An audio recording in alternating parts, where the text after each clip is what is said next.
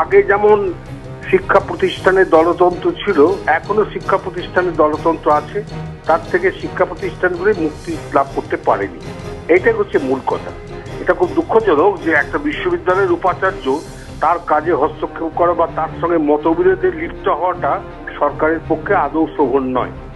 তার কারণ হচ্ছে এই যে প্রত্যেকটা বিশ্ববিদ্যালয়ের স্বাতন্ত্র্য বজায় থাকার দরকার এবং সেই স্বাতন্ত্র্য সরকারিভাবে স্বীকৃত। এতৎসত্ত্বেও শিক্ষা বিভাগ যদি এইভাবে তার প্রত্যেকটা কাজে হস্তক্ষেপ করেন তাহলে তিনি পদত্যাগ করবেন, এটাই খুব স্বাভাবিক। এর আগেও আমরা দেখেছি বামফ্রন্টের আমলে শিক্ষা জগতের উপরে যথেষ্ট হস্তক্ষেপ ছিল। ভাইস চ্যান্সেলর থেকে শুরু করে প্রিন্সিপাল থেকে শুরু করে তাদের যথেষ্টভাবে তাদের নির্দেশ মতো তাদের চলতে হয়েছে।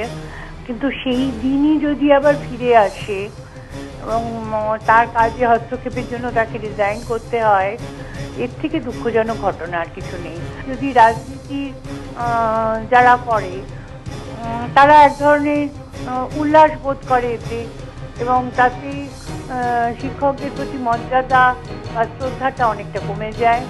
আর সাধারণ ছাত্রছাত্রীদের তো খুবই অসহায় লাগে এরকম পরিস্থিতিতে।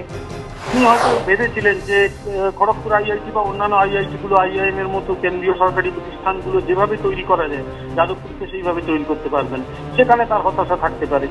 আমার বক্তব্য যে পদত্যাগটাই একমাত্র শেষ কথা নয়। তার কারণ হচ্ছে যে মানুষ তো চ্যালেঞ্জ নেয়, ছেড়ে দিয়ে চলে গেলে সেটা তো এস্কেপিজম হয়ে যায়, সেটা তো একটা পরাজিত মনোবৃত্তি হয়। আমি অন্তত আশা করেছিলাম যে যতই চ্যালেঞ্জ আসুক না কেন সেক্ষেত্রে তিনি যে চ্যালেঞ্জ নিয়ে লড়াইটা করতে পারছেন।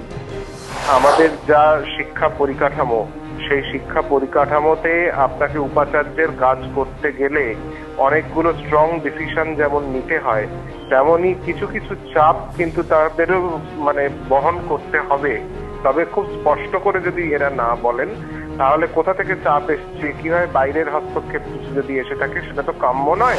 যদিও পদত্যাগের ক্ষেত্রে আমরা এটা অনেক সময় এটা একটা খুব কমন একটা ল্যাঙ্গুয়েজ আমরা দেখে থাকি, যে ব্যক্তিগত কারণ, কিন্তু সাধারণভাবে মনে হচ্ছে না যে যাদবপুর বিশ্ববিদ্যালয়ের যে শ্রীবৃদ্ধির যুগ, সেখানে দাঁড়িয়ে কোনো একজন উপাচার্য হঠাৎ করে ব্যক্তিগত কারণে ছেড়ে চলে যাবেন, that to within a span of a year.